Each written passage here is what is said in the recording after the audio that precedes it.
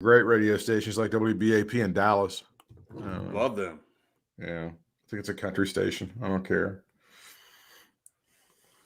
KIIS, is that it? Kiss in Los Angeles. Hollywood's 102.7 Kiss FM. I nailed it. I knew it. That's what I was going for right there. It is LA's 102.7. Rick D's. Time to play Beat the Bomb. Rick, no, I'm sorry to even ask this. I feel kind of bad. They'd have booed him out of the building with all that. Yeah, you start. No, I was just going to say, is Rick D still with us? He is, right? Yeah, he's still alive. He's still alive. How dare you? I know. It's kind of cynish. That's funny. No, I know it is funny, but I feel bad. You shouldn't feel that bad. Well, I just hadn't heard from him. You don't hear from Rick D's a whole lot these days, so I just didn't know. He and his buddy were invested in. There's a Fine Living television network that Scripps Howard made, and his buddy was the head of Scripps Howard, and they invested in it. And Rick spends a lot of time at his mansion in Kentucky. Oh, he lives in Kentucky. I'd have never known that. They did. Wife live there or something? I don't know. Oh, he is a spry 70. He'll be 72 in March. Okay. 72 years of age in March. Okay. Well, he's not all that old. No, he could be older. I thought he was older. Yeah. Rigdon Osmond Dees. Rigdon.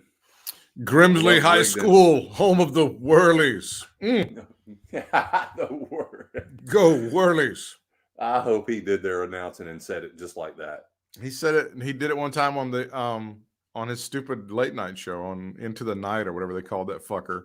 Oh, he gave the Whirlies some love on that. I went to Grimsley. We were the Whirlies. Sure. And that was like the punchline. When that show was on, Pete Bunch did like a D's death countdown as to when that show was going to get canceled. It was such a fucking disaster. I mean, this is another one of the great things that Bunch did. I don't know if you heard me on the Brad and Britt cast that day when when they would run the commercial for Hank Williams Jr.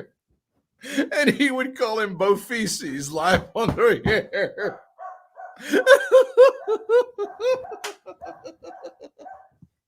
I'm sure that didn't piss anybody off. And of the four of us, of me, Amberg, Brad, and Bunch, he's the one that got to decide when he was going to leave the station. He was the one. Go figure. Jesus. Pete. I love Pete. That was when I was doing traffic patrol. And when I came by you guys' station one time to deliver the ads, our spots for traffic patrol, it was during a snowstorm. I think I may have told you this.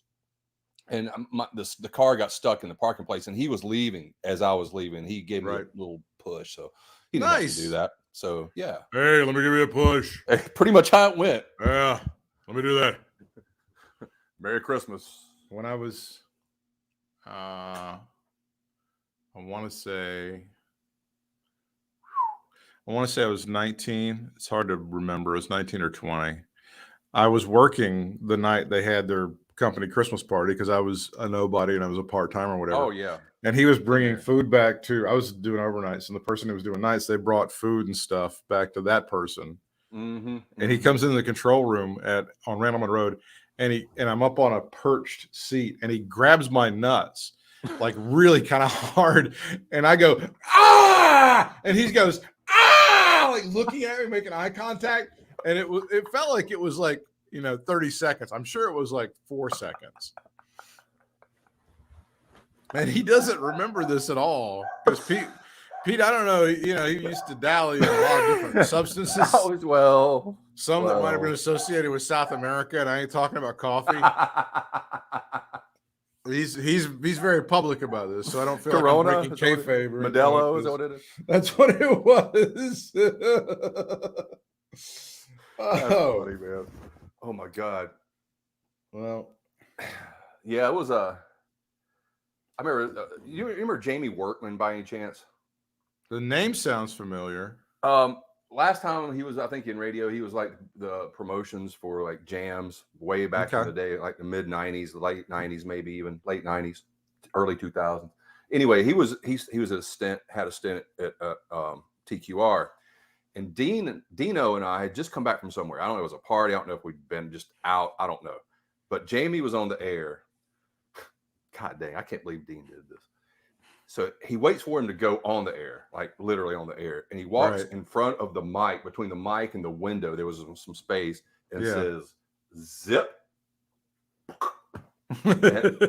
and Jamie's, and if you didn't know Jamie, that's what makes it better, because Jamie had one of these voices. I mean, he sounded like he was like showboating and doing But that was like his real voice. Yeah, that was his real voice. Like, oh my God, Dean, what in the world did you just do? Oh my God. Folks, you can see what I could just see right now.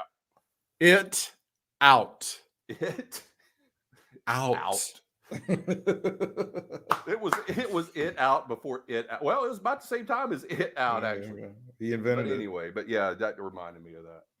It's a brand new year for us on the Katie Vick is Alive podcast, a brand new chance for us to introduce ourselves to you. I'm Britt Whitmire. You're about to hear the voice of Bryant Williams. We're going to talk about stuff and things, and we hope that you had a happy new year. We've been very busy and haven't been able to do this for a couple of weeks. Bryant and I both had work stuff and family stuff and Christmas stuff and all of those things, but now we're all together, and we'll get to day one in just a minute. Did you enjoy the day one from World Wrestling Entertainment? Did I enjoy it? As a background, as a backdrop, as I did some other things, yeah. I loved it, actually. It's a pretty good show. There's some pretty good matches on there. There's some good stuff. And you know, one of the great things about it, that main event, which resulted, because I guess everybody knows by now that Roman Reigns has COVID, and they had to pull things around. And oh, by the way, Big E's the guy that gets fucked on this whole situation. Who knew? I got some stats on that one, by the way. There's some statistics. You have some stats on it. So it turns into a fatal five-way. Yeah. Anyway, God, the beauty of that match. I understand. I get it. I last second, I get it, but So going into the New Year's Day, day one, Nick Khan have to do it. Going to make it a big deal in Hotlanta, Georgia. Big E's supposed to walk out with the title, but then they go, "Oh, Roman's got COVID, so that means Big E, you have to lose." Really? Is that what that means? Now, the beauty of that match was it only went 8 minutes. So WWE, your lesson is you don't have to make matches last 15, 20, 30 minutes. You can have a good 8-minute match. What's your statistic? Let me give some credit here. Okay. All right. This is good. I'm not familiar with this gentleman, but is Aaron Rotowski on Twitter. Okay. All right. Big E won the title on September 13th. Okay. Uh-huh. He then subsequently lost to Roman in a triple threat and bloodline in trios the week following on the 20th. Uh-huh. On October 10th, he lost to Usos by countout. Lost to Rollins and the Usos on November 15th. Lost to Roman at Survivor Series. Don't forget that one. Yikes. Lost to Kevin Owens by disqualification on November 29th. Uh-huh. Lost to Lashley on December 13th, and then loses to Brock Lesnar. Not, Seth Rollins didn't take the pin. Nobody else did. He took the pin. He ate the pin. To Brock Lesnar at day one. Now, on the flip side, the 3 victories he's had was one against Lashley, like a week after, 2 weeks after he won it.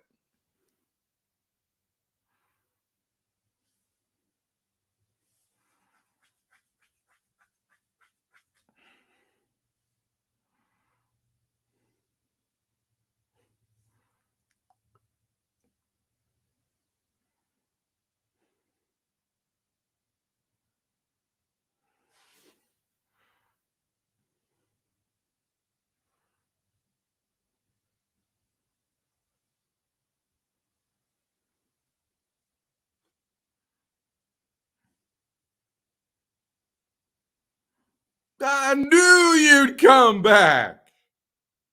Oh, he's not back yet.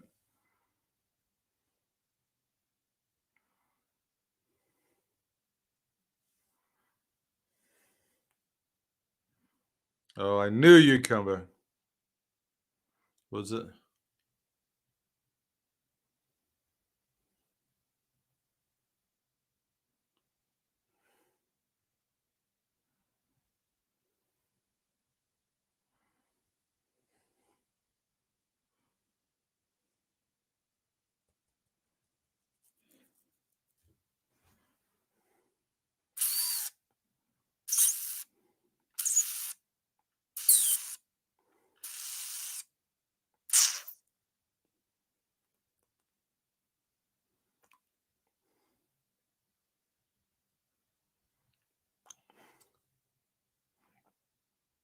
Bad hair lipped. Oh, jeez. There's a message. Uh-oh. Uh-oh.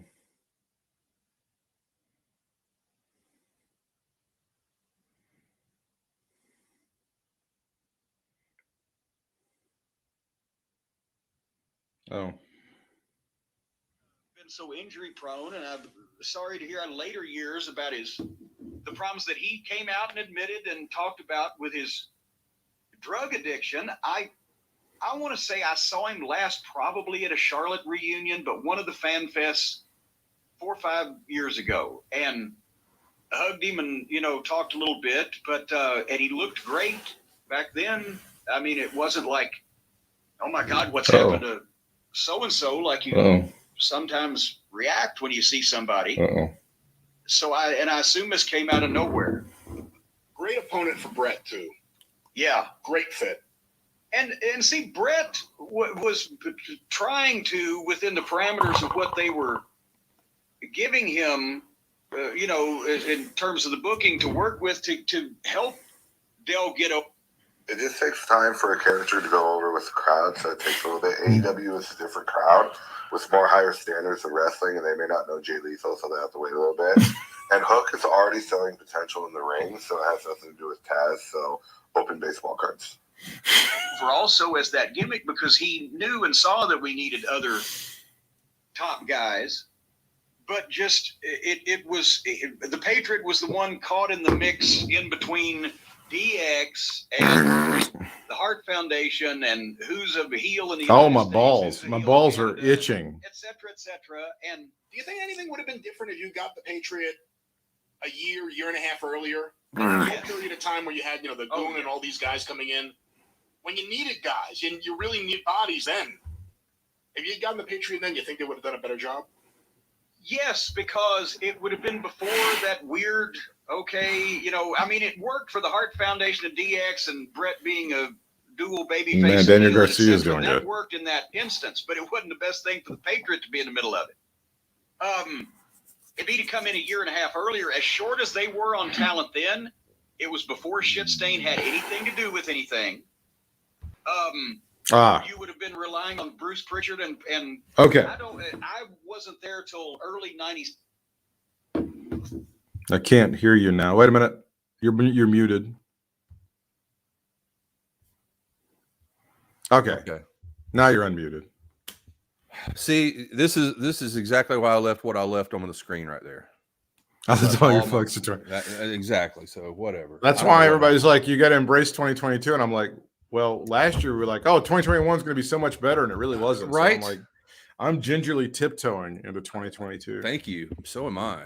All right. So his first victory was over Lashley. That was the last thing. And then we just resumed from there. Okay. First victory was over Lashley.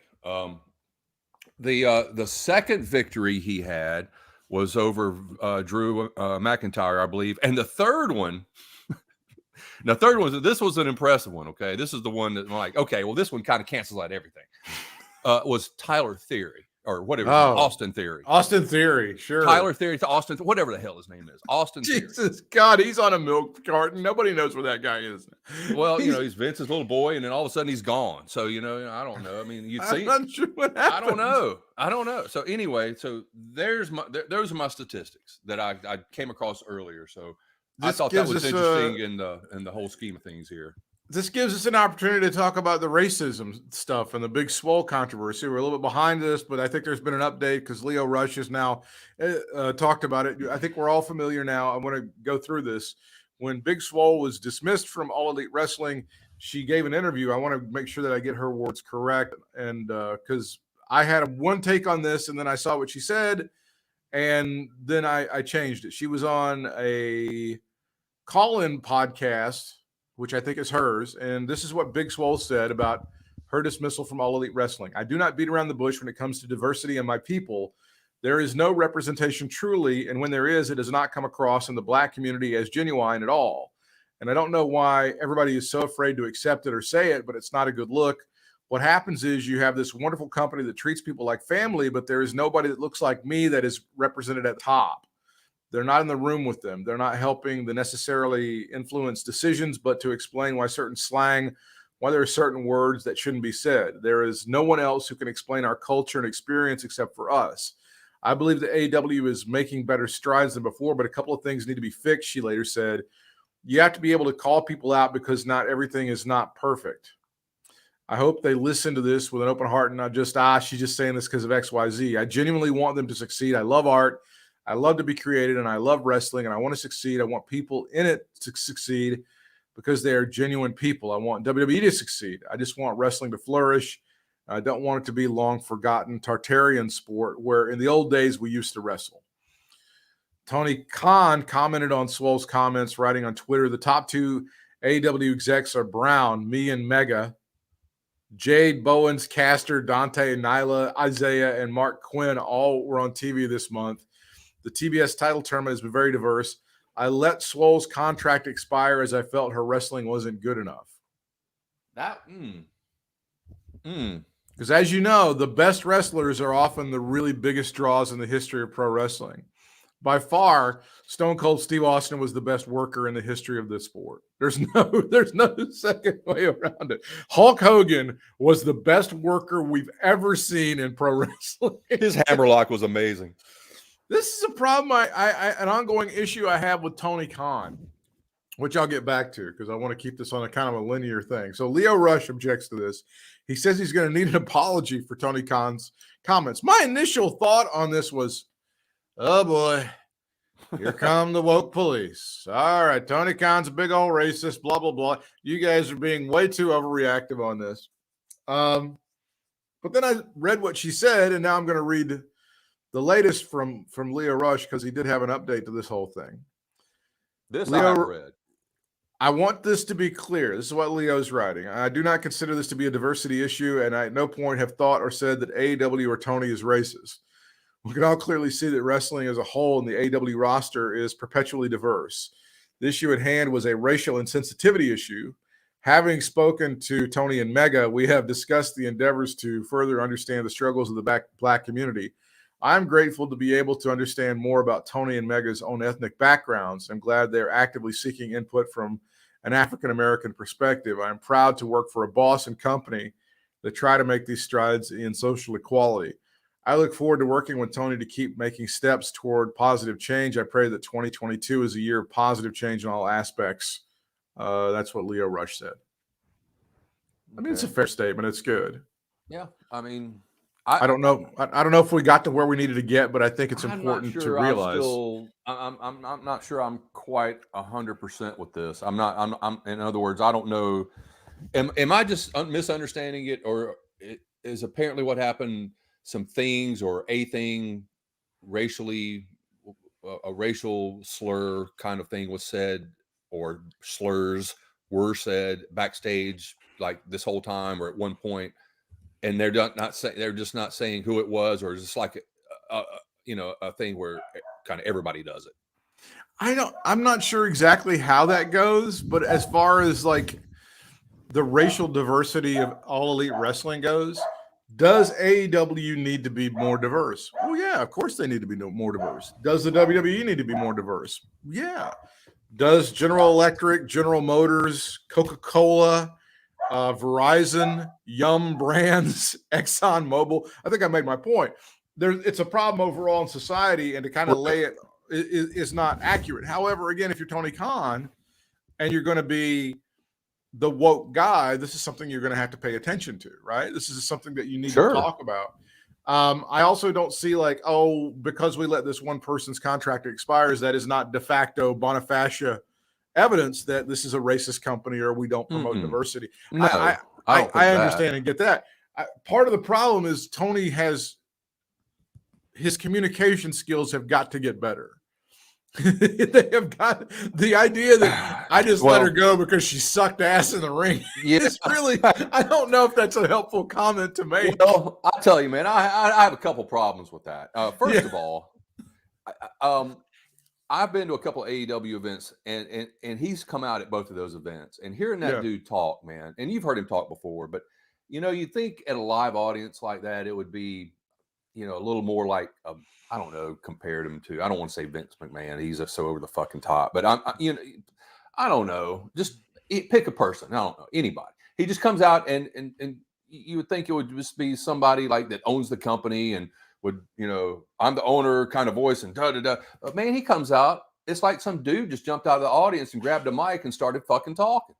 I'm sorry. I'm not trying to disrespect him. But you gotta have a little. You gotta have a little showbiz. You gotta have a little showbiz in it. You gotta have a little something. You got a little panache. Yeah, a little something. Yeah. There you go. And he gets out there and he's all squinty like fucking James Franco, and you know, hey, or like looks like Paul Schaefer all high and shit. Like so, you know. Yeah, Dave. Yeah. And I find a lot of his communication skills in general to be not beneficial as a guy who has as much power that he's had. And I'll give you a great example because I think you saw this right before Christmas when he had this little spat with Fox News. Did you see this situation? Yes. Yeah. I don't know why Fox News is picking on the Khan family. I don't know why they've decided that there was a story that they published on Fox News. I'll paraphrase the title. They end the Khan family ends the year after on a bad note with falling AEW ratings and the firing of Urban Meyer, right? They had to get rid of Urban Meyer, who was making $12 million a year. And it was, probably the most disastrous first-year head coaching experience in the history of the National Football League, right? Probably the worst hire you could ever imagine. Nothing comes to mind to top it, no. There's a cute story in that's making the rounds today about David Tepper, the billionaire owner of the Carolina Panthers, who somehow got conned into paying his shitty coach $8.5 billion a year. So the idea that these billionaires and these very rich people are just so smart and they make great decisions also has to be tempered. So Tony Bonilla, line 3. Tony Khan's strike back on this Fox News thing is, hey, we're kicking your ass in the ratings and we beat Fox and this and this and we're doing great. And that's and you're like, I mean, it's all true, but shouldn't you be spending a lot more time going through resumes for hiring a coach or something? I mean, it's $1 billion franchise and you've already fucked this up. Shouldn't you spend that time instead of getting on your little Twitter and having a bitch fest with Fox News? Well, shouldn't you maybe be looking at like how to wash this giant turd known as Urban Meyer from the streets of Jacksonville? Is that too much to ask for? I would hope not. And the big swole thing, she just sucked. She just pissed because she sucked. I don't find it to be terribly helpful when it comes to diversity. No, and here's the thing about that. That's the other part that bothers me about this is I've seen her a few times, and she's okay. She doesn't suck. She doesn't suck. God dang. I'm sorry to say this, but I'm just going to say it. I freaking love Allie. When we met Allie, she was God, man, she was as sweet as you could imagine. Just looking at her, you'd say, "Oh, that girl looks sweet." Well, she fantastic. She's awesome. She's not the greatest in the ring. But she that girl work. gets more. She gets more goddamn airtime than almost any of those girls.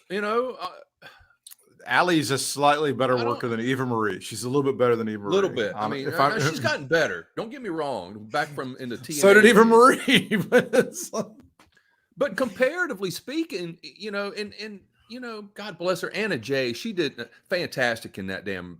No disqualification match the other night with Ty. She looked good, but she's another one that's still a little in the ring, and especially when you got Thunder Rosa and people like that, you're going and Britt Baker, and you're like, God dang, man. Here's a funny one. Here's a funny thing. What name did Tony Khan not mention as far as being part of the leadership of All Elite Wrestling? I don't remember. How about Brandy Rhodes? Oh, well, of course. Our chief brandy officer, right? Who's always seen as an executive on a TV show. She's an executive. She has a voice. Very important. It's huge. Not mentioned at all. Not mentioned like for one scintilla of a half second that, you're not considering Brandy. Brandy has huge input into this thing. Not at all. That name is completely being left out. I didn't even pick that up, but I should have picked that up though. I should have. And you saw at least in theory on the roads to the top, they've got a communication team that looks into how to craft messages, how to get the most effect out of it, how to get the most impact, put them here, put them there. And then dipshit McGee, Richie Rich, gets on his Twitter machine and kind of just decides to go off and vomit up whatever he thinks. So there's a little, he's not Donald John Trump, but he's a weird guy when it comes to like, you're here, you're this guy, and this is what's expected of you. And you aim low every single time. You start going into these bitch fest things, these millennial things that are going out there and just start and you just, I don't think that's effective. I don't think it's good for your company or anything. I just, he comes across to me, especially when I hear him talk live, like I was talking about, he comes across to me as like, I don't know if you've ever had, when I was in college, I had some friends and a couple of them were like rich friends that came from wealthy families. Right. And they were good guys. They were, they weren't assholes. They weren't snotty or snobby and stuff like that. But it was, you could kind of look at them and say, okay, these guys are. But people kind of flocked to them. And I don't know if it was because of the money, but they had a little bit of a personality. So if you mix a little bit of a personality with a lot of money, I think you can attract a lot of people. And you can. And but at the same time, I don't think he knows how to rein in that personality that he has, because I think the personality of Khan is there. It's just kind of flaky sounding sometimes, as a leader, as a top guy, an owner, for God's sakes, it just kind of comes across as, and maybe that's appealing to people. I don't know. I mean, I don't know if he does it on purpose or whatever, but I mean, he seems like a good guy. He just seems like but I think, what I guess I'm saying is that people, if he's got just a little bit of personality or a little bit of quirkiness, a little personality kind of combined, and a lot of money, hey man, you're set. But you don't need to swing the girls love some quirky. You don't have to swing at every pitch. You don't have to. Fox News says what they said, and you just let it go by. You don't have to swing at every pitch. It's fine. That's where he needs to rein stuff like that in, man. I mean, he says things. The things that he said were true. It made sense, but it was just like you said. It was just uncalled for. It was just, don't pick that hill, dude. That's I don't know. And I as this company transitions over to TBS, I want you to be prepared for that first week for them to have about 750,000 viewers.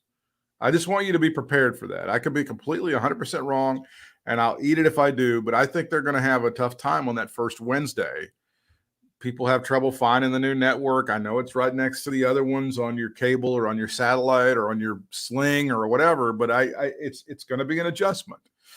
And they were not going into, you saw, I think they were averaging around 830, 850 over the past 5 or 6 broadcasts on TNT. Right. Which is fine, and they were doing pretty well, but then they got clubbed by some really super mediocre fucking bowl games.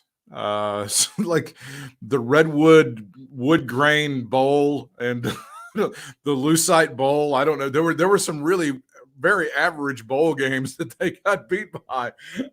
So I mean, I think it's the best TV show out there. It's the best wrestling.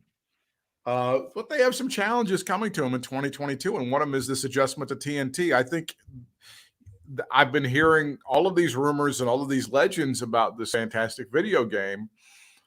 And if, Omega doesn't do this video game right, that's going to be a kind of a black eye. That could be a huge boost to them if they get this right. That's going to appeal to a whole new audience for them.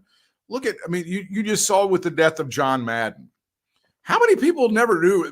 We talked about this on the Brad and Britt cast. There's 2 generations of Americans that don't know that John Madden ever coached a football game. I know, man. They have no idea. And he's known to millions and millions and millions of people for that Madden video game, which I think it's produced or generated like $8 billion in revenue over the years. It's an insane amount of money. There are people right now who don't know anything about AEW wrestling, and they're video gamers, and they're young people who can get involved with the product, who are just waiting for something like this to come along to be as good as Kenny Omega's been saying it's going to be for 5 years now or whatever. If they can get that right, it could be a very big year for them. They just had Jim Ross come back. We don't know when Mox is going to come back from his drinking problem. There's a lot of things going for them in 2022, and there's going to be some very serious adjustments. So he doesn't have his shit together when it comes to communicating stuff. It doesn't seem like it. It doesn't come across that way. And I don't know if there's anybody in that company or even in the Jack or any organization that's going to go, Tony, this isn't the right way to go. You should do it this way. This is how you should do it. When you are thinking about doing this, do it this way. And I don't think there's anybody. That's always, as you know, my criticism of Tony Khan is that there's nobody to say no in that company. When they want certain things, that's going to happen, and he's going to go along with it because he wants to be one of the boys. I think that's become more clear as the months and years go on there, but things that arise, kind of like what we're talking about here.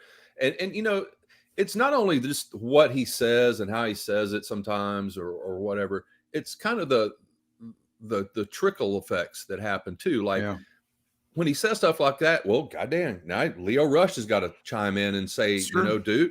And then now he looks like a bad guy because all he's doing is trying to take up for Big Swole, who made sense. You know what I'm saying? It's just a back and forth. It should just never have happened kind of thing. My knee-jerk middle-aged white guy reaction was, oh God, Leo. It was a big eye roll, but I think Leo made some pretty good points. He did, but he kind of made his own bed a little bit, leaving in it. But I'm not saying made his own bed. I shouldn't state it that way. He kind of has a reputation, I think, of being a little outspoken. So he does. So I think when people first read that, they're like, oh, here's that outspoken dude saying bullshit again. So he's gonna. It makes sense. Here's Malcolm X. Can't wait. Oh boy, this is gonna get. Can't wait to see. Right. Can't wait to see what the white people did wrong today. I mean, it's not. Some people are going to look at it that way. I don't necessarily look at it that way. When I looked into what he was actually saying, and looked into the controversy a little bit more, I thought their position had a lot more credence. But But then you have Powerhouse Hobbs, who tweeted something almost entirely 180 from what Leo said. He's like. He's basically taking up for Tony, saying, look at me. I'm not that much, and I get TV time all the time, and And he rattled off a couple other people's names, which I'm not saying they're completely just white supremacy white in freaking AEW. I'm just saying we could stand to see some more ethnics in there. Sure, there should be some more diversity there. There should be, and like I said, in corporations and just in America in general, we need more voices that don't necessarily look like you and I look. Right. Day one from World Wrestling Entertainment. This was Nick Khan's baby from State Farm Arena in Atlanta, Georgia. The pregame show featured, your favorite, Peter Rosenberg. Glad he could make a land for New Year's Day. Jesus Christ. There's always hope for everything. Opening match was Sheamus and Ridge Holland defeating Cesaro and Ricochet. You saw the missed that one. Sorry. Well, unfortunately, Ricochet is now buried up to the hilt. You'll never see him again. He had like a little somersault thingy, and he hit Ridge Holland in the face with his foot. And Ridge Holland has something wrong with his face, so he's hurt. Okay. So the burial of Ricochet should continue. There's a little bit less diversity coming to WWE television. You know what? Let me say this real fast about Ricochet. It gets old saying, I wish this person would go to AEW, this person I'll quit at WWE and go to AEW, and this person on that. But if there's anybody I would pick that I think would fit the suit, as the Johnny Bravo saying goes from the Brady Bunch days, I think Ricochet fits the suit perfect for AEW. For that style of wrestling? That style of wrestling and just everything, the age range and all that stuff. I just think everything about it, man. There's only like 20 guys he could work with immediately. Like Daniel Bryan would probably trip over himself trying to work with Ricochet. Man, I mean, it's just I get so tired of him getting buried the way he is. If anybody has never gone back to watch Prince Puma in Lucha Underground, go YouTube that stuff. Go look that stuff up. Absolutely. Man. That's the first time I'd ever heard of Ricochet before he was Ricochet. And maybe he was Ricochet before that. But anyway, I never heard of him before Prince Puma. But damn, I couldn't believe that dude, man. So anyway, yes, Ricochet. Michael Cole recaps the changes to the card tonight, and he showed the Roman Reigns tweet announcing that he has tested positive for COVID. So this is Roman Reigns out. And this starts a domino effect, which will lead to he would lead to Big E getting screwed on this whole situation. Imagine that. Really good tag team match between the Usos and the New Day, even though we've seen it several times. My God, these guys are incapable of having a bad match. They really Yeah. are. Like Owens and Zayn. They can go on forever. 17 minutes and 2 seconds. Usos come away, and they are your tag team champions there. Caleb Braxton. Yeah. I was just gonna say, I wonder if a lot of these outcomes, or at least some of these outcomes, weren't a direct effect or a kind of like a Kevin Bacon effect, down the line effect of Roman being out. So, in other words, I wonder if Roman was there, I wonder if that whole scenario would have played out, that the Usos would have lost that originally. I mean, who knows? But I'm just curious how that would have played out earlier. Yeah, it's great when Roman gets sick and like everybody in the New Day gets fucked. That's fantastic. That's good shit. Yeah, that's how it should work, right? In the back, Caleb Braxton interviewed Migos. Congratulations to WWE for getting the hottest rap group of 2017. I'm glad they were able to get them or as the announcer called them when they came out with Randy Orton and Riddle, the Migos. Yeah. Damn. Ladies and gentlemen, the Duran.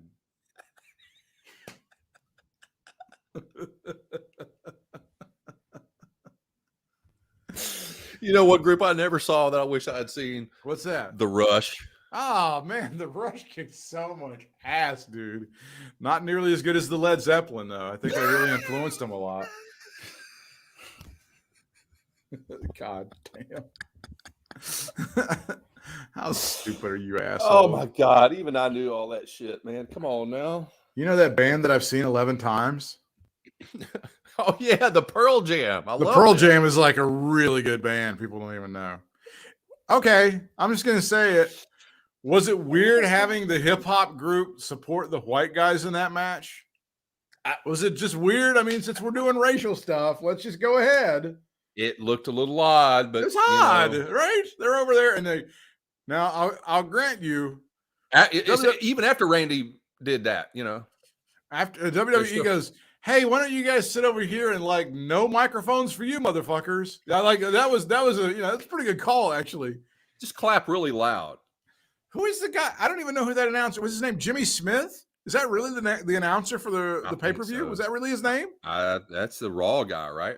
I guess he's the guy that looks like a cross between one of the Michael Chiklis characters on either the Commish or that other one, or he maybe looked like the bald guy that's like the brother-in-law of the guys on Breaking Bad. I can't figure out which he looks like, but could you get him more? About the dude that played the dad in Just the 10 of Us. I don't know what's going on. Could we get a more generic sound? Oh, we'll call him Jimmy Smith. That's pretty white. So you have the super whiteness of Jimmy Smith. Make sure you spell it Jimmy. Yeah, we don't want any of that. No offset on that. Not like Jimmy Williams, like the manager of the Toronto Blue Jays, Jimmy. None of that Jimmy stuff. We're not doing any of that shit. No Jimies. So it was Jimmy Walker. No IEs. Hey, it's Jimmy Smith, and I'm back here with the Migos. No microphones for you guys because you could curse, and we don't want any of that shit happening. But you guys get over there with your chains and such, and you clap for the white people. It's a weird dynamic because street profits are in Atlanta, right? I mean, you would think fucking the street profits would blow the roof off in Atlanta, but they're kind of the heels, even though it's a babyface program. And when the thing was over, they made sure they knew it was a babyface program by like shaking hands with Riddle and RKO, right? Oh yeah, it was unification. I love it. Very, very. As we skipped ahead a couple of matches. I thought, what I thought was going to happen in that match. And in the back of my head, I kind of thought one of the street profits would turn on each other just because frustration and stuff. One of those typical turn on your partner things. So, they're becoming a little bit stale. But who's going to throw the pizza slices to people in the audience when we have product placement? Brian, you're not thinking this through. My bad. Yeah, I'm such a bad long-term thinker. Nobody out Pizza's the Hut when we have the deluxe triple treat box and we have to have those guys throw some shit out to the audience. We need two of them. We need a unified front of our brothers. I know, my bad. And King of the Ring is coming up. Oh, not King of the Ring, but God damn it. Rumble's coming up. Bruce, we can't break him up. We need him to throw shit to the audience. Preferably pizza slices. Now, I know Young Brands own KFC, and you know what I'm thinking. I can't say it out loud. I'm not going to say it. We already have thrown waffles. We've thrown pizza. Maybe we'll just skip to the tacos, because Young Brand also owns Taco Bell. God damn, we can't break them up. We can't break them up. Damn. That's what I want. I want somebody to throw me a slice of pizza so I can catch it in midair after being thrown for 30 feet. I do want some dude's hand on a slice of pizza that's flown 33 through the air. That's the first thing that I'd like to eat. Oh, exactly. God, nothing sounds more appetizing. Give me some Pizza Hut right now. Dear WWE, as main marketing manager for brands, thank you for making our pizza look so appetizing as it aerodynamically sailed. It's the truth, man. Couldn't there have been some? I mean, because you and I have been in these bullshit discussions, these radio stations about you got to make the product look as good as possible. And if you do this, or you say this, or you frown, your voice has to have a smile in it when you say Charlie Soap, and they know all that other shit. And here these guys are fucking. Hey, what I want you to do is to take those slices and throw them out there. Sling them like you're feeding animals at a farm.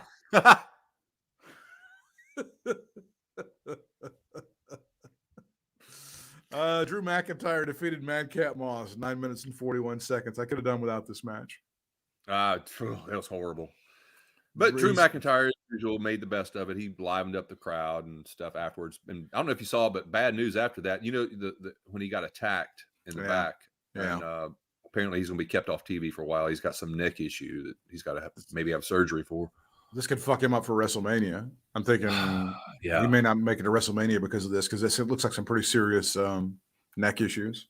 Yeah. So matter of fact, I saw somewhere that he left the place in a freaking neck brace. So, I mean, it certainly means he's out for Royal Rumble, right? We're only 3 weeks and 6 days away from the Royal Rumble. Raw Tag Team Champions. We just mentioned this match and did the thing with Migos. It was RK Bro defeating Street Profits 11-13. They did shake hands after it was all over. So a pure babyface promo. Kayla Braxton interviewing Brock Lesnar backstage. Lesnar imitated Paul Heyman's introduction. He noted he can do whatever he wants to because he's a free agent. He thanked his advocate, Paul Heyman. He promised to win the WWE title, and that's a spoiler. Bryant, what was the pay-per-view day one missing?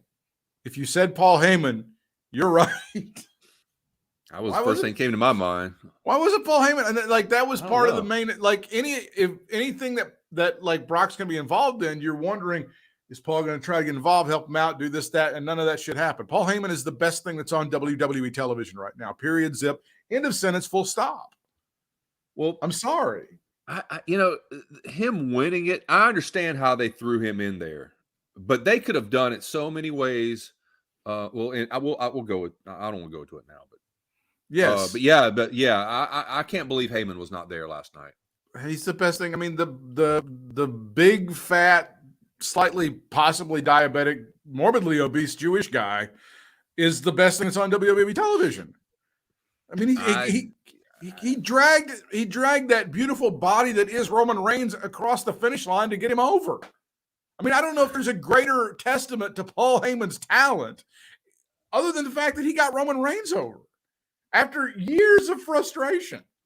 He got merch getting sold and bought and sold at events with Roman Reigns stuff on it now. It's unreal.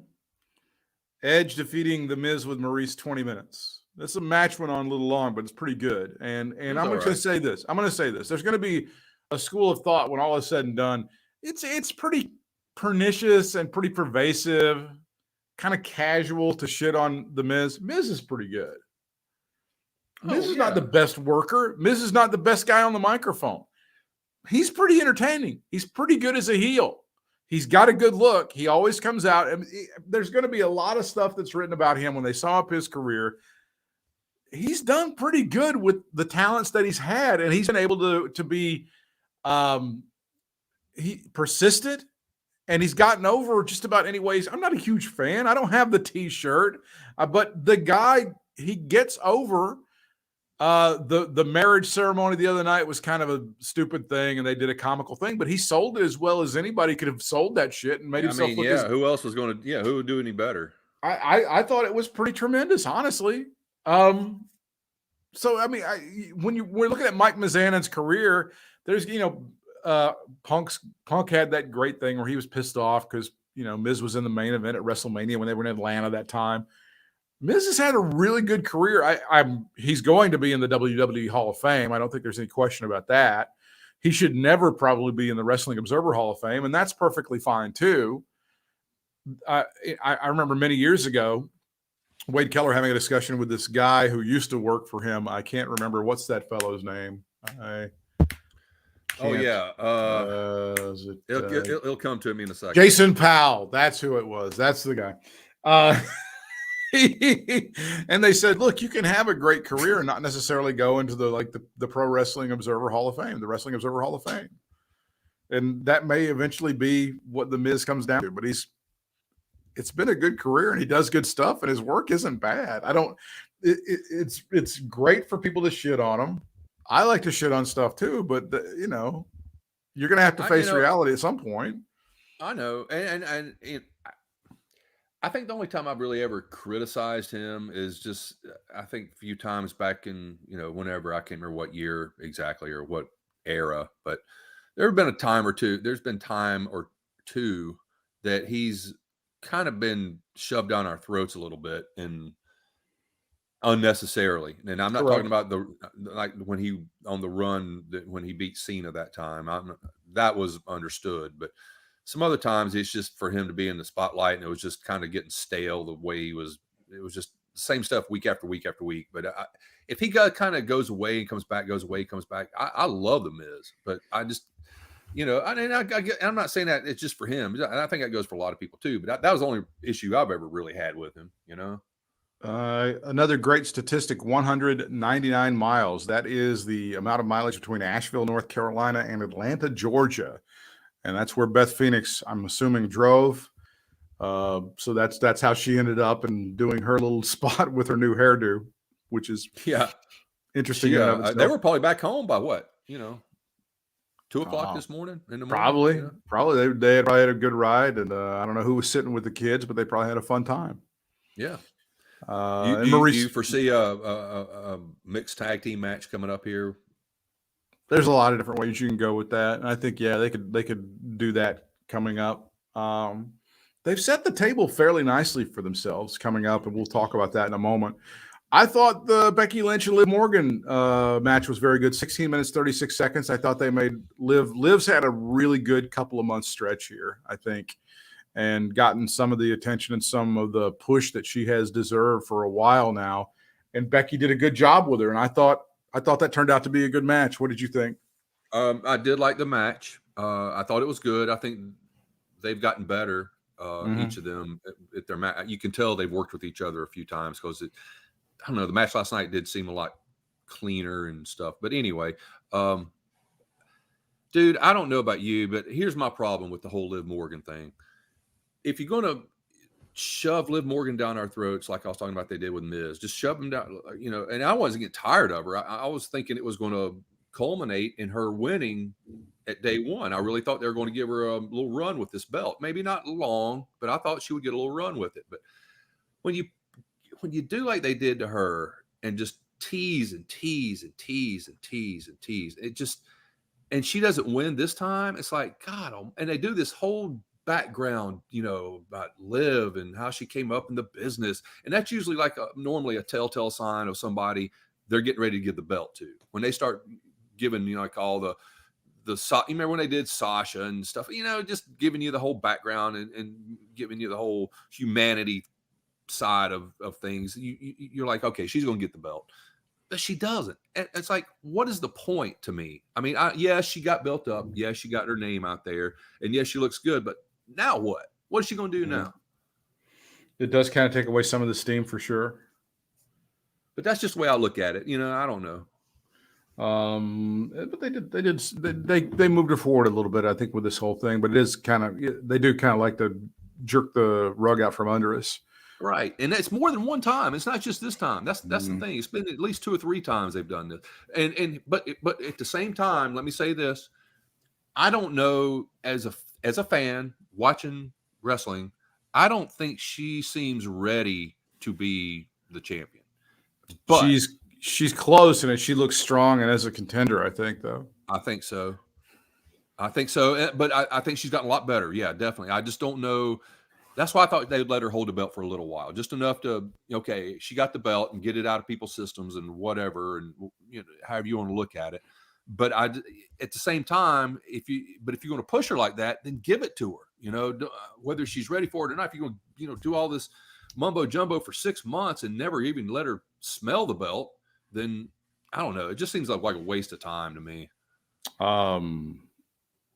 So another person who was missing from day one would be Charlotte Flair. We didn't see Charlotte Flair anywhere near anything, not even a promo, not interfering in a match, nothing, nada, zip, zero, zilch.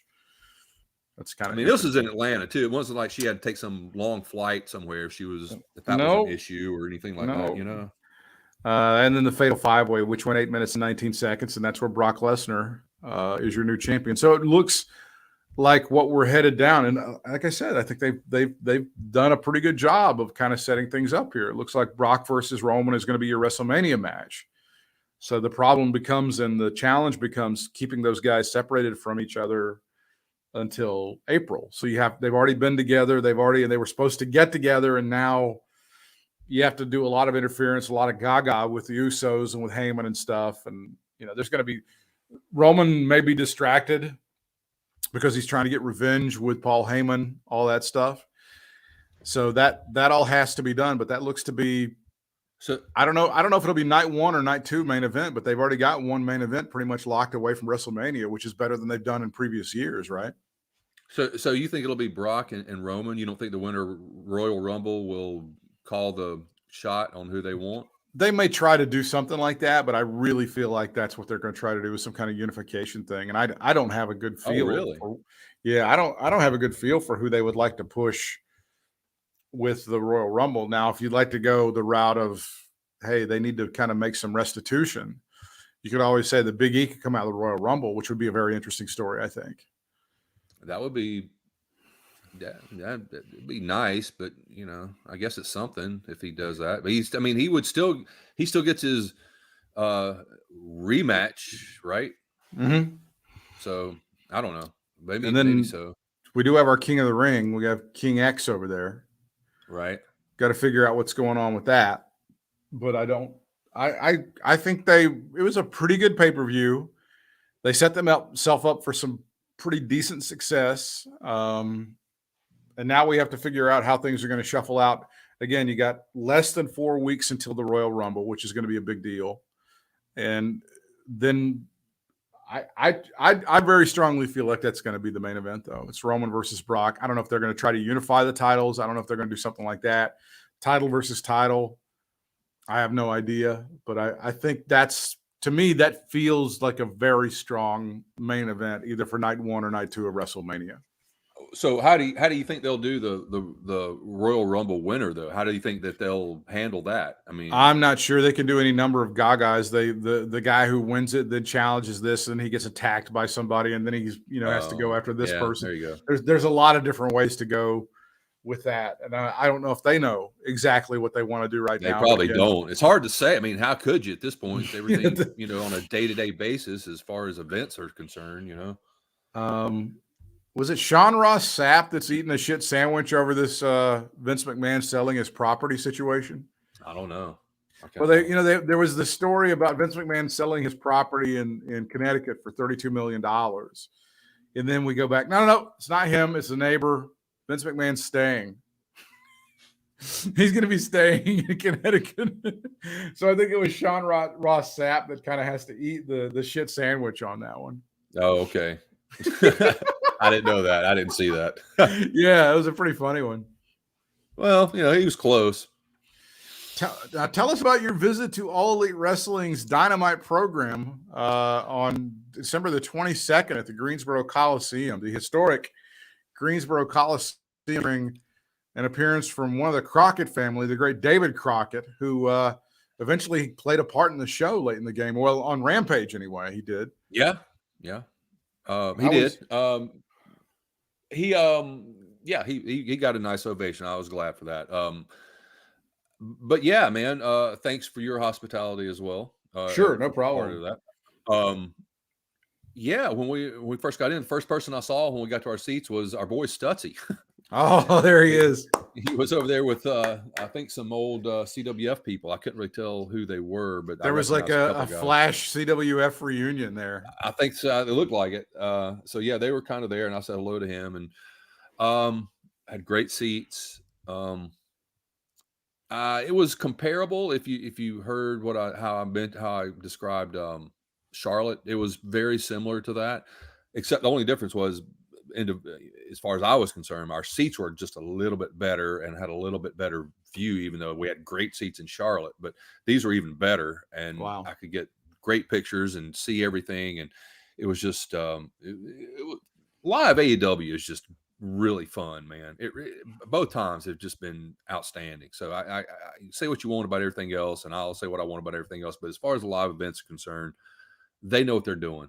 With all the stuff that happens with the live show and then the Rampage, does it seem like a long night, or does it go by fairly? I think you said at Bojangles in Charlotte, it was a little bit long. Was it long in Greensboro? Yeah, and I thought about that, man. I think what it was I wasn't prepared mentally for Charlotte. I didn't really know how it worked. I thought they would do Rampage, but I wasn't thinking about Dark. I didn't think about that. So between everything and the drive to Charlotte and everything, it made it seem long.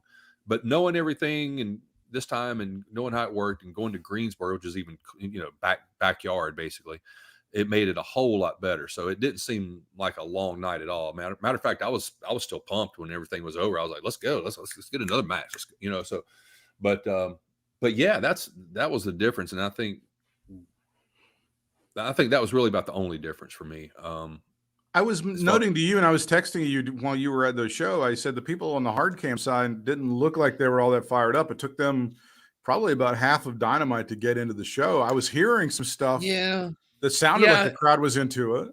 Yeah, well, they were. And I think sometimes, and here's another thing I've seen, since I've seen it a couple of times, I've noticed when you have the Dark that's taped right before Dynamite, I think that kind of takes some wind out of the sails a little bit, even if people know it's Dynamite and it's going to be a hot start, it takes a little bit to get fired up for it, man, because once you get those guys fired up, you kind of got to keep it going. You got to keep throwing gas on the fire, because you don't want much of a lull, because they will go to sleep.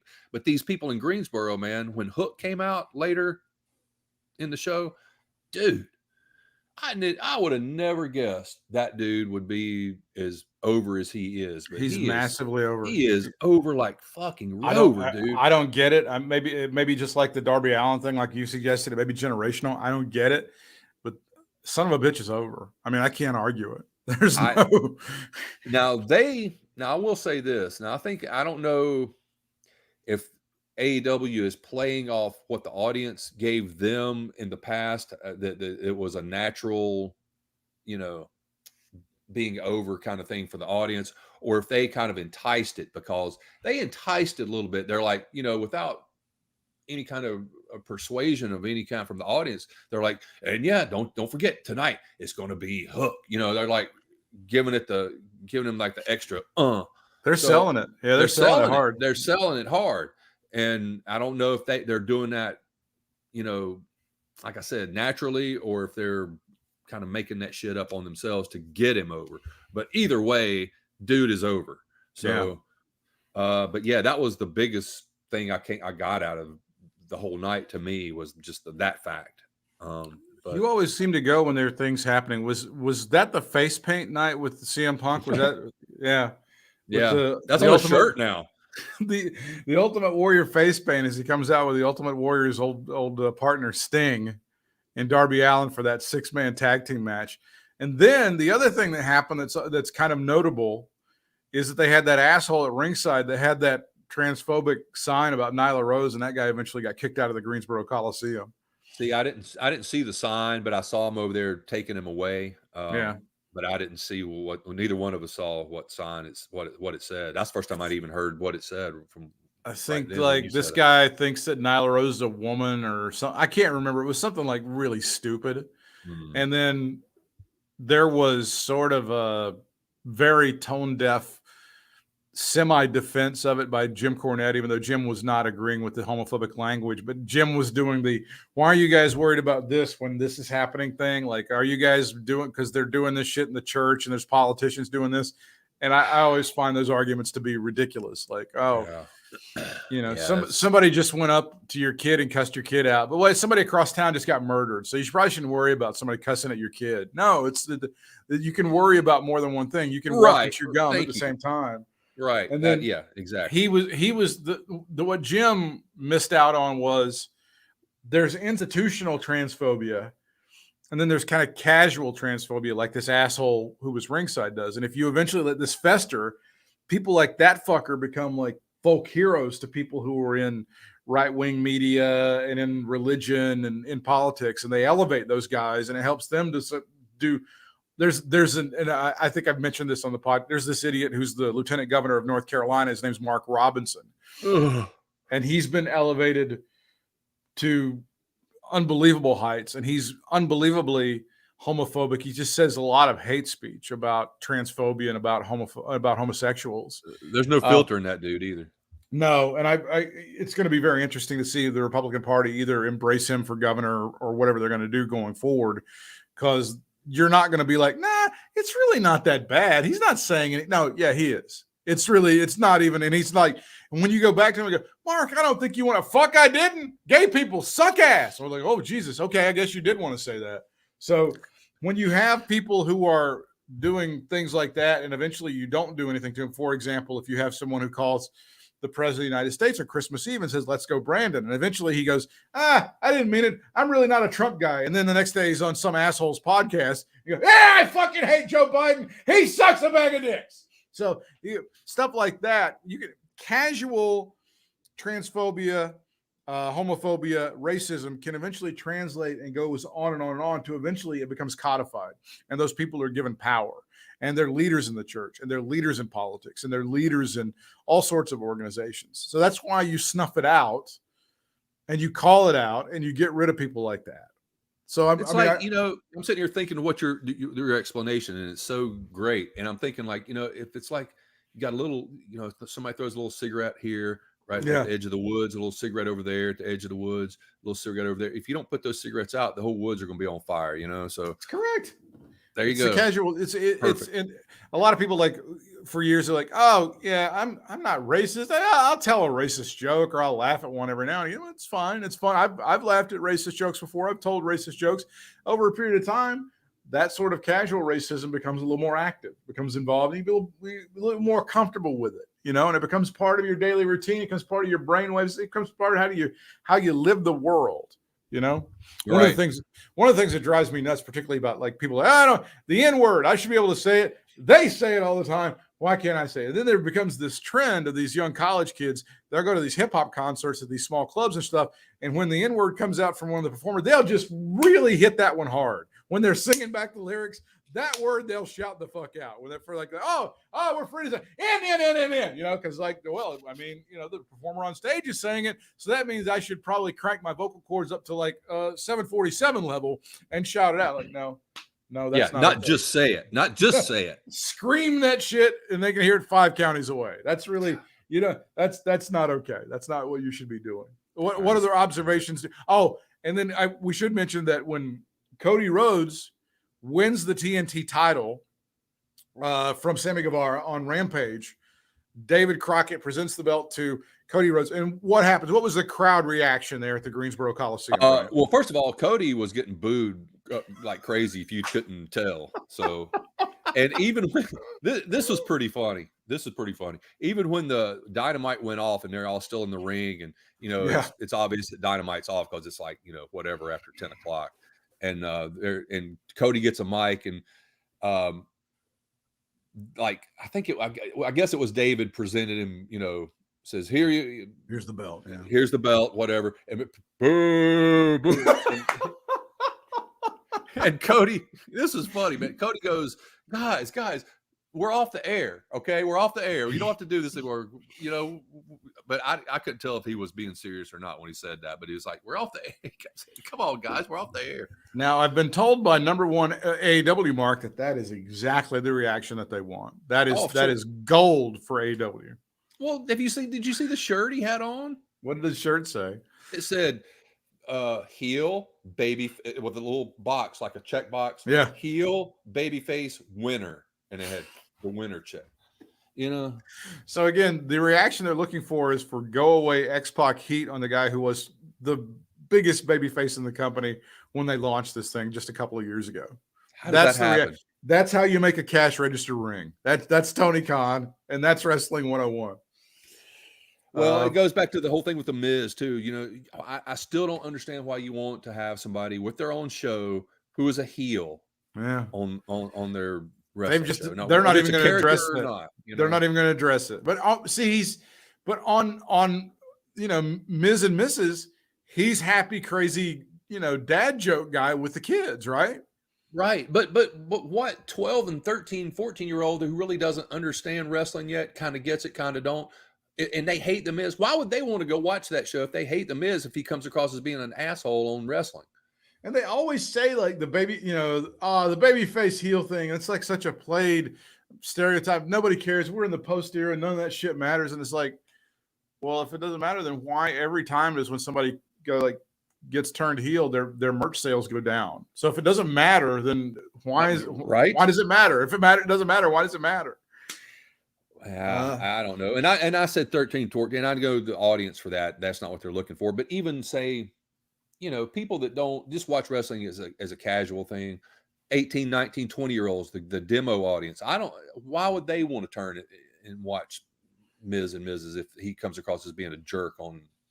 People can say what they want. Miz and Mrs. is not a great TV program, but it's a hell of a lot better than Roads to the Top. It's way better than Roads to the Top. Yeah, I'm sorry to say that, but yeah. That's how it works. This is the first AEW Dynamite on TBS. Let me do this third, fourth. It's going to be on the 5th of January from the Prudential Center in Newark, New Jersey. MJF in action against an opponent to be named. Malachi Black takes on Brian Pillman Jr. Jake Cargill and Ruby Soho in the finals, the long-awaited finals of the AEW TBS title tournament. Who do you see going over in that one, Brian? Wow, I don't know, man. Again, keep in mind the racial criticism that's come upon this company. Well, it might be a pretty good idea for one to win over the other, but but that's what they're expecting, so we're gonna swerve. No, I mean, when Vince gets criticized for racial shit, he has all the black people lose. That's what happened at day one. Yeah. So doubles down. Swerve, bitch. Get out the way. Even before all that, man, I thought this was kind of a toss up. It could really honestly go either way, because either way, and I'd be fine with it either way. But it's hard to say, man. I don't know. I feel like Ruby Soho is a pretty hot babyface right now. I feel like, and I don't know, you can go either way on it. I'm probably 50-50 on it as well. Some people feel like it's better if you're chasing. There you go. The heel. And Jade Cargill is, my God, she's fucking impressive. She really is money. And she's come a long way since she came into this promotion. And if you have,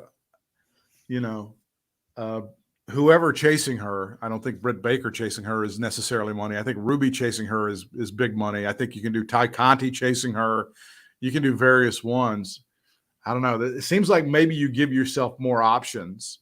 If you give yourself more options if Jade Cargill wins it. Yeah, to me. That's what I'm thinking too. I mean, even if her manager, that Mark Sterling dude, if he like causes Ruby to lose, so she doesn't win cleanly, kind of thing. If you want to do it that way, either way. I mean, I'm down with either one of those two winning. I think I'm like you, though. I think it would be better for Jade to win, just for all those reasons. AEW World Tag Team Championship is on the line as the Lucha Brothers defend against the Jurassic Express.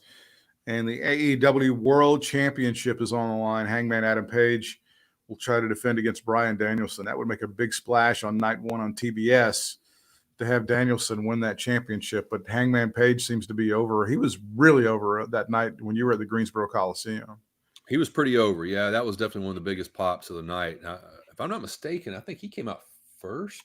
I think he came out first. Or no, he didn't. No, he didn't. He didn't. But yeah, he did. Regardless, he did get a nice pop for sure. Was that the night that he didn't live far from? I mean, he's from not far from here. Oh yeah, he's up in Virginia. Yeah. Not too far. Was that the night that Bryan Danielson called him a cowboy piece of shit? Or was that another? Yeah, I think so. And have you worked out the details? Will you be attending AEW Dynamite in Raleigh at the PNC Arena? Yes. I will. Fantastic. So another comparison. We'll be looking forward to that one coming up on the 12th of January there from PNC. Any other news that you want to talk about? Any other thoughts or observations as we wrap up our first edition of Katie Vick is Alive of 2022? Wow. Lot to take in there. I can't really think of anything off the top of my head right now that really stands out. I tell you what I did do. I've been bored the last couple of weeks because of COVID affecting my job and not being able to go. Not me having COVID, but COVID itself just affecting things. And so I was sitting around the other night and I came up with a list. I'm going to have to send it to you so you can add of all the wrestlers we've met over the years. I was looking at some, I don't know what sparked me to do that. I was looking at something and I'm like, so I started just looking and I had a lot of pictures to go by. So it helped to, for the memory. And so, but yeah, I've come up between you and I think every one of the people on there, you and I have both met in some form or fashion, picture made, shook hands with, talked to, or whatever. So far I've come up with 120. So, jeez, and a growing number, a growing number of those, unfortunately, are no longer with us. Several of them. Yeah. One of the first ones that you ever had your picture taken with, Ivan Koloff, in my presence, no longer with us. No longer with us. I think you're right. I think he was number one. I think he was Uno on my list ever. All the way back in 2010. That would be August the 7th of 2010. That's what I'm a little fuzzy on because I don't have a lot of pictures from back then, but I'm sure we met somebody that I can't remember that we met that I'm not thinking of. But yeah, it's amazing, man. I wasn't doing it to be like, to show off about it. I was just like how grateful I am, just kind of reflecting back, and just like, God, man, I'm not done a whole lot of shit in my life, but I love wrestling, and to say I've met 120 of the wrestlers that I've enjoyed watching over the years, I'm pretty happy with that. There's a lot of people who are listening who wish that they would have done that, would have met 120 of their favorite wrestlers for sure. And again, I can't, honestly say it's not because of where we live, because if WrestleCade wasn't where it was, a lot of those wrestlers wouldn't be on that list. So remember, we have attended a lot of events though around here too. Our tentative plan is to go to WrestleMania this year. That's our tentative plan. Working out. Come on, April. It's hanging in the balance right there. We'll see what happens. Bryant can be followed on Instagram and also on Twitter at Bry Sports, BRY Sports. He is also on TikTok, Stanley Jackson 23. I am on Twitter, Britt Whitmire, BRITTWHITMIRE. Instagram is BDub for Reals, BDUB number 4 REELZ. And the show Twitter is Katie Vick Alive, at Katie Vick Alive. If you want to support what we do, it's easy to do that through the Amazon store, which is katievick.com. Doesn't change the price of anything that you're buying, but it helps us out a little bit, and we appreciate everything that you do for us. Hopefully you will have a fantastic 2022. We wish the best for you. And until next time, fans, we'll see you ringside.